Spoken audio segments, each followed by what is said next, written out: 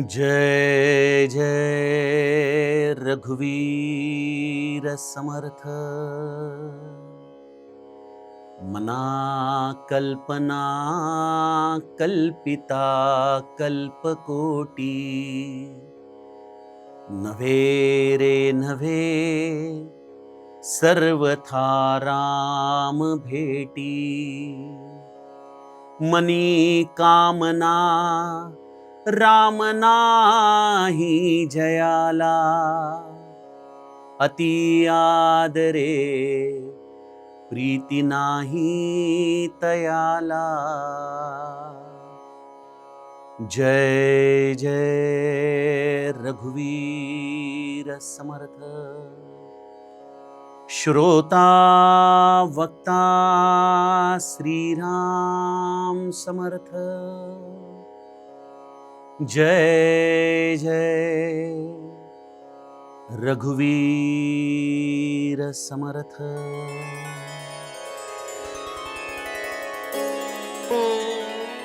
श्रीराम आपल्या सर्वांच्या हृदयस्थ वसणाऱ्या आत्मारामास साष्टांग प्रणिपात करून मनोबोध एक अंतरयात्रा या आपल्या श्री समर्थ रामदास स्वामी विरचित मनाच्या श्लोकांचं जे आपण चिंतन पाहत आहोत, सज्जन हो, आज आपण त्यातील श्लोक क्रमांक 59 याचा थोडासा विचार पाहूयात। समर्थ आपल्याला जीवनामध्ये धन्यता प्राप्त होण्याची उपासना काय आहे, आपल्या अंतरंगाच्या विचारांची भूमिका काय आहे, हे समजावून गेल्या 2 श्लोकांमध्ये सांगत आहेत। आपण दास्यत्वाची लक्षणं 10 श्लोकांमध्ये बघितली, पण ती लक्षणं आपल्या जीवनात उतरवण्यासाठी नेमकं काय केलं पाहिजे याचं औषध समर्थ माऊली थेंब थेंब आपल्या मुखामध्ये सोडतीये। पहिले तर औषधाचा थेंब आहे रामनाम, दुसरं सत्क्रिया भक्ती उपासना, उदासीन वृत्ती आणि मनाची मोकळी अवस्था। हे सगळं करण्यासाठी या मनाला बंधनात पाडणाऱ्या या ज्या वृत्तीरूपी वासना आहेत ना, त्या सगळ्या गुरुचरणी समर्पित करून आपण आपल्या जीवनाला कल्पनांपासून मुक्त करण्याचा राजमार्ग समर्थांनी आम्हाला गेल्या 2 श्लोकांमध्ये सांगितला। इथे या कल्पनेच्या भरारी आम्हाला रामापासून कशा पद्धतीने विन्मुख करतात याचं अतिशय सुंदर चिंतन समर्थ आम्हाला आजच्या श्लोकामध्ये सांगत आहेत। काय म्हणतायत समर्थ माऊली? मना कल्पना कल्पिता कल्पकोटी। हे मना, अरे कल्पना करणं हा तर तुझा स्वभावच आहे। किती मनोराज्य निर्माण करतोस तू। बघा, आपल्याला लहानपणापासून त्या मुंगेरी लाल किंवा गणपतवाणी विडी पिताना चावायची नुसती काडी आणि म्हणायचा बांधीन येथे मी माडी, अशा कविता असायच्या बघा, ज्याच्यामध्ये मनुष्य आपल्या मनानेच कल्पनेची मनोराज्य निर्माण करतो। आणि हा आपल्या मनाला एक मिळालेला फार छान आनंद, अर्थात तो भ्रामक आनंद प्राप्त करण्याचा मार्ग आहे। आम्ही त्या कल्पना करत राहतो आणि या कल्पनेची मनोराज्य करून आम्हाला असं वाटतं की आम्ही असे या पद्धतीने सुखी होणार आहोत। अशा या कल्पना आम्ही मांडत मांडत, ही मनोराज्य मांडत मांडत समर्थ म्हणतात मना कल्पना कल्पिता कल्पकोटी, तशा तुम्ही करत राहा, पण नव्हे रे नव्हे सर्वथा राम भेटी। तो रामराया मात्र तुम्हाला या कल्पनांच्या मनोराज्यामध्ये कधीही भेटणार नाही। कारण मनी कामना राम नाही जयाला। ज्याच्या मनामध्ये कामना आहेत, इच्छा आहेत, त्या कामनांची पूर्ती कदाचित तुम्हाला या भक्तीमध्ये होईल, पण अति आदरे प्रीती नाही तयाला। ज्याच्या मनामध्ये अत्यंत आदराने या रामाविषयी प्रीती नाही, त्याला त्या रामाची भेट ही कदापि होऊ शकत नाही। सज्जनो, हा श्लोक समजायला कदाचित थोडासा अवघड असेल, म्हणून मी त्याला गुरुकृपेने जितका सोपा करता येईल तेवढा सोपा करून तुम्हाला सांगतो। मला आठवतं लहानपणी आम्ही अहमदनगरला राहायला होतो। माझं शालेय शिक्षण त्या कोर्ट गल्लीमधल्या दादासाहेब चौधरी या शाळेमध्ये झालेलं. आणि मला आठवतं की आमची काकू, माझी आई, आणखीन काही आमच्या गल्लीतल्या बायका नवरात्रामध्ये केडगावच्या यात्रेला जायचे. केडगावची देवी ही अनेक लोकांना अत्यंत प्रिय आणि तिच्या दर्शनाला आम्ही लहान असल्यामुळं आईबरोबर जायचो. बरंच अंतर असायचं, चालत चालत जायचो, कधी बसनी जायचो. आणि जसं मंदिर जवळ यायचं ना, तशी आमची नजर भिरभिरायला लागायची, कारण मंदिराच्या बाहेर फार मोठी जत्रा मांडलेली असायची, खूप सारी खेळणी असायची, खाऊचे पदार्थ असायचे. आणि आम्हाला त्या देवीच्या दर्शनामध्ये रस नसायचा. टू बी ऑनेस्ट, आम्ही जायचो कशासाठी की आईकडून या जत्रेमधून काहीतरी खेळणी मागवता येतील. आणि मग जसं जसं मंदिर जवळ यायला लागायचं तसा तसा आमचा हट्ट वाढायचा. आम्ही आईच्या हाताला धरायचो, कधी कधी पदराला धरायचो, म्हणायचो आई पहिले खेळणी घ्यायची, पहिले खाऊ खायचा, जाऊत ना देवीच्या दर्शनाला, काय घाई आहे. आणि आई म्हणायची नाही नाही, पहिले देव दर्शन करायचं आणि येताना बघूत मग काय करायचंय ते. हा आमचा माय लेकराचा संघर्ष चालायचा. आई आम्हाला कित्येकदा ओढत ओढत देवाकडे न्यायची आणि आम्ही आईला ओढत ओढत खेळण्याच्या दुकानांकडे घेऊन जायचो. सज्जनो, मला असं वाटतं ना की मनुष्य हा फक्त देहाने वाढत जातो, त्याच्या वृत्ती, त्याच्या सवयी या तशाच असतात. आज आईच्या जागी ही गुरु माऊली आमच्या हाताला धरून आम्हाला रामाकडे नेतीये. पण ही गुरु माऊली रामाकडे नेत असताना आम्ही गुरु माऊलीला मात्र प्रपंचाकडे ओढतोय. अगं पहिले प्रपंच, हे गुरु माऊली, अरे पहिले प्रपंचाची सुख भोगू दे, पहिले तो आनंद घेऊ दे. रामराया कुठे जातोय, तो आहे तिथंच. गुरु देखील आमचा मोठा वस्ताद आहे. बऱ्याचदा आम्हाला तो म्हणतो की मला तुझ्या सवयी चांगल्या माहिती आहेत बेटा, तू एक खेळणं घेशील, मग दुसऱ्या खेळण्याच्या दुकानासमोर थांबशील, म्हणशील की तिथलं चांगलं होतं पण त्याच्यापेक्षा इथं चांगलं आहे. एक खाऊ खाशील पण म्हणशील दुसरा खाऊ पण मला पाहिजे. तू असा माझाही वेळ वाया घालवशील आणि स्वतःचंही कल्याण करून घेशील. मी त्यामुळे तुला सोडणार नाही, तुझ्या हाताला धरून पहिले रामदर्शनाकडे तुला नेणार. सज्जनो, हा नेमका काय प्रांत आहे हो? आम्ही जीव काय करतोय नेमकं? आम्ही जीव एकच गोष्ट करतोय, मना कल्पना कल्पिता कल्पकोटी. कल्पना करत राहणं, कल्पनेची मनोराज्य मांडणं, या खेळामध्ये आनंद आहे, त्या खेळामध्ये आनंद आहे. मला वाटतं लहानपणीचे खेळ बदलले आणि आता मोठीपणीचे खेळ सुरू झाले. हे घर पाहिजे, हा बंगला पाहिजे, ही गाडी पाहिजे, हा मोबाईल पाहिजे, हे ड्रेस पाहिजेत, असा लौकिक पाहिजे, लोकांकडून मला हे हारतुरे पाहिजेत, ही उपाधी पाहिजे. आणि आमचा सगळा परमार्थ देखील बऱ्याचदा आम्ही देवाला वेठीला धरून हे सगळं तू आम्हाला दे तर तू आहेस हे आम्ही म्हणू. समर्थांनी दासबोधामध्ये देव शब्दाची व्याख्याच ही केलेली आहे. देव म्हणजे कोण?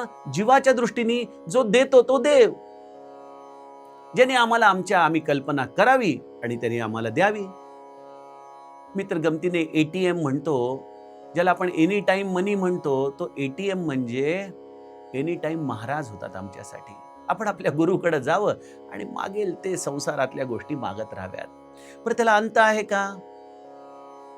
पहिले विवाह होत नव्हता म्हणून कल्पना, मग विवाह झाल्यानंतर मूलबाळ होत नाही म्हणून कल्पना, मूलबाळ झालं तर त्याला चांगली शाळा मिळावी म्हणून कल्पना, त्याचं चांगलं शिक्षण झालं तर त्याचा विवाह हो म्हणून कल्पना.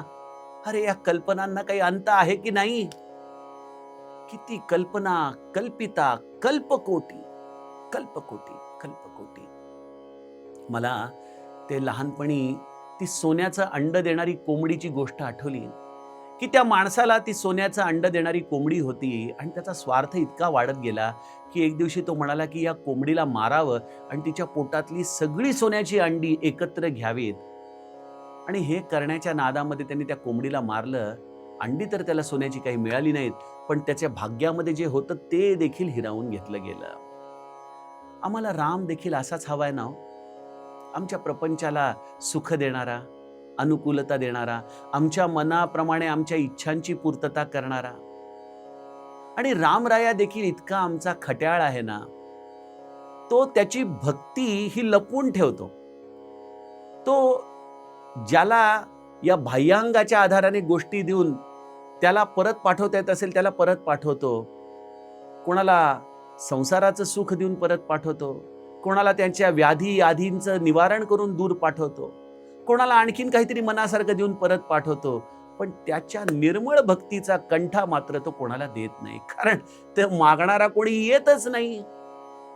श्री महाराज हेच म्हणतात ना, की मी गोंदवल्याला एवढा केशर कस्तुरीचा राम नामाचा मळा लावला, पण सगळे हिंग जिऱ्याचे गिराईकच आले. सगळ्यांना राम हवाय, पण प्रपंचासाठी राम हवाय. रामासाठी राम मागणारा कोणी येतच नाही. का येत नाही? कारण आम्ही या कल्पनांच्या मनोराज्यामध्ये अज्ञानाने बांधलेली मंडळी आहोत. का करायचा परमार्थ? तर प्रपंचाचं चांगलं होतं म्हणून परमार्थ करायचा. का नाम घ्यायचं? कारण मुलाबाळांचं चांगलं होतं म्हणून नाम घ्यायचं. आमचा सगळा हा परमार्थाचा प्रांतच मुळी या कल्पनांनी बांधलाय. लोकांना देवदेव करणं म्हणजेच परमार्थ वाटतो, आणि ह्या सगळ्या गोष्टींना आम्ही समाजामध्ये खतपाणी घालतो अनुभवाच्या आधाराने. अहो काय सांगू, 5 पौर्णिमा केल्या, बस झालं बघा काम माझं. महाराज खरोखर सिद्ध आहेत बरं का, फार मोठं तत्व आहे, फार जागृत तत्व आहे, फार जागृत स्थान आहे. आम्ही या गोष्टी बोलतो, आमचा भाव आहे, ठीक आहे. अहो पण तो काय केवळ तुमच्या कल्पनांचा पुरवठा करण्यासाठी बसलेला देव आहे का? हा कधी आमच्या मनाला विचार येतो का? त्यामुळे समर्थ झणझणीत अंजन घालताना म्हणतात, मना कल्पना कल्पिता कल्पकोटी, नवे रे नवे सर्वथा राम भेटी. या अशा भावनेने कधीही राम तुम्हाला भेटणार नाही.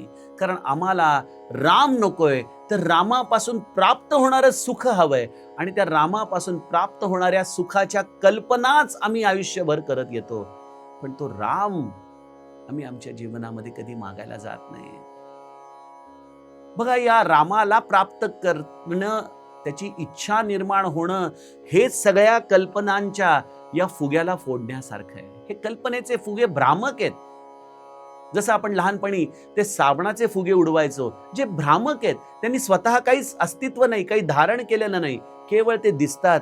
त्याप्रमाणे आमच्या जीवनात कल्पना देखील हे असंच मनोराज्य निर्माण करत राहतात. पण ज्याला या कल्पनांच्या मनोराज्यामध्ये कदाचित त्या कोंबडीवाल्यासारखी इच्छा येईल ना, पण जरी तरी तशी कृती केली नाही, पण जर तशी इच्छा निर्माण झाली, तरी मला वाटतं त्याच्या कल्याणाचा मार्ग त्याला सापडेल. जसं त्या कोंबडीवाल्याला वाटलं की अरे दररोज हे एक एक अंड घेण्यापेक्षा ती सोन्याची कोंबडीच एकदा प्राप्त करून घ्यावी ना. मला असं वाटतं की आमच्या मनासारखी सुख देणारा तो राम, तोच जर प्राप्त झाला, तर तो खऱ्या अर्थाने सुखधामच आम्हाला मिळाल्यानंतर अजूनही सुखाची अभिलाषा ती काय राहणार? आमच्या वेण्णा स्वामी उगीच म्हणत नाहीत ना हो, की बंध विमोचन राम माझा, बंध विमोचन राम. सकल ही ऋषी मुनी भजती जयासी, तोची एक सुखधाम माझा, बंध विमोचन राम. कल्पना कल्पना करून करून काय प्राप्त करायचंय? त्या कल्पनांच्या पूर्णतेमध्ये देखील सुखच मिळणार आहे ना, पण ते क्षणभंगुर सुख पुन्हा पुढच्या कल्पनेच्या आशेला मला घेऊन जाणार.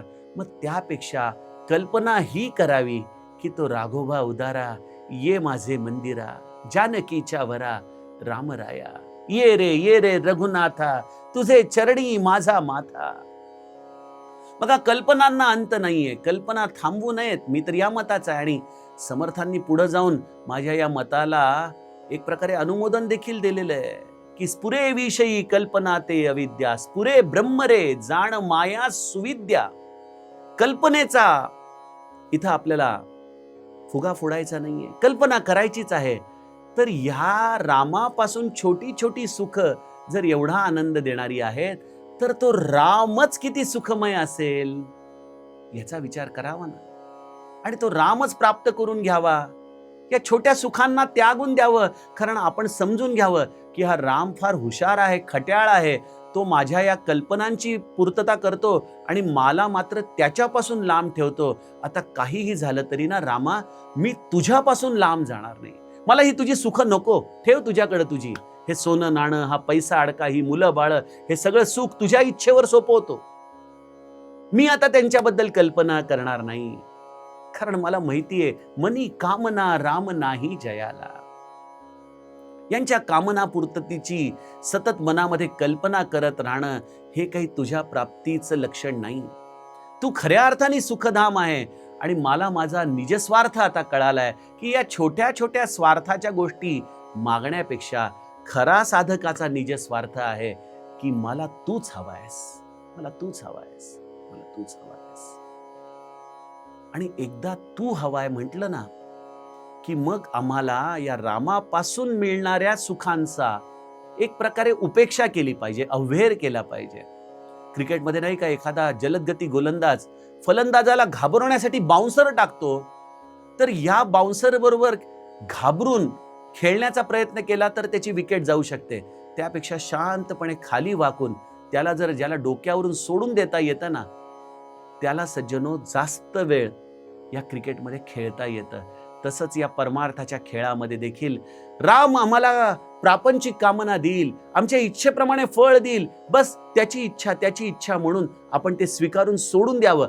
आपण पुढच्या कल्पना रचणं बंद करावं आणि रचायचीच झाली तर एकच रचावी की रामा, अरे जर तू एवढा गोड आहेस, तुझ्यापासून येणाऱ्या वस्तू इतक्या गोड आहेत, तर तू किती गोड असशील. मला आता या छोट्या छोट्या गोष्टींचा गोडवा नकोय, मला तू प्रत्यक्ष दया सिंधू रामा, मला आता तू हवायस, तू हवायस, तू हवायस. आणि अशा रामाची अत्यंत आदराने आपण प्रीती धरावी. बरं बघा, एखाद्या व्यक्तीने आपल्या जीवनामध्ये जर खूप गोष्टी केल्या असतील, आपल्याला खूप मदत केली असेल, आपण त्याला अजूनही कधी भेटलो नसूत, पण आपल्याला जर त्याचं पत्र आलं की तुम्हाला आजपर्यंत ज्या सगळ्या सुखसोयी दिलेल्या आहेत ते राजे तुमच्या भेटीला येणार आहेत, तर अशा वेळेला तुम्ही त्या राजाच्या बद्दल किती आदराने उभे राहून त्याची प्रतीक्षा कराल. त्याप्रमाणे ज्या रामाने आम्हाला ही सगळी सुख दिली, तो राम माझ्या जीवनात येणार आहे या भावनेने आपण अति आदरे, अत्यंत आदराने त्या रामाची प्रतीक्षा करावी. बघा, आपण मनापासून त्याची वाट पाहावी, त्याच्यावरती प्रेम करावं. रामा, तू दिलेली सुख जर एवढी आनंदमय आहेत, तर तू किती मोठा सुखधाम असशील. रामा, आता मला तूच हवायस, तूच माझ्या हृदयामध्ये वसावं, हीच माझी प्रार्थना आहे. अशा पद्धतीने सज्जनो, या कल्पना आपण ब्रह्मस्वरूप करून टाकाव्यात. या कल्पना आपण विषयांमधून संकुचित करून रामापासून स्वतःला विन्मुख ठेवू नये, असं समर्थांचं आम्हाला एक अत्यंत गुह्यतम असं शास्त्र ते सांगतायत. अशा या समर्थांच्या या श्लोकाचा आपण आपल्या जीवनामध्ये कसं अनुसरण करावं हे आपण गेल्या श्लोकात बघितलं की आपल्या कल्पना या गुरु इच्छेमध्ये आपण विसर्जित कराव्यात. आपण आपल्या सगळ्या इच्छांना गुरु इच्छेमध्ये समाविष्ट करावं आणि आपण निवांत राहावं आणि जीवनाचं एकच ध्येय अधोरेखित करावं की मला हे गुरुराया त्या रामाची भेट घडवून दे, त्या रामाची भेट घडवून दे. अशी ही आदरपूर्वक रामाची उपासना, तपश्चर्या आणि निष्काम भावनेने केलेली रामभक्ती हे सज्जनो रामप्राप्तीचं विलक्षण मोठं साधन आहे. अशा या समर्थांनी दिलेल्या गुह्यतम श्लोकांचं आपण आपल्या जीवनामध्ये आचरण करावं. आपण आता उद्याच्या सत्रामध्ये पुढील श्लोकाचं चिंतन बघूया. जानकी जीवन स्मरण. जय जय राम. जय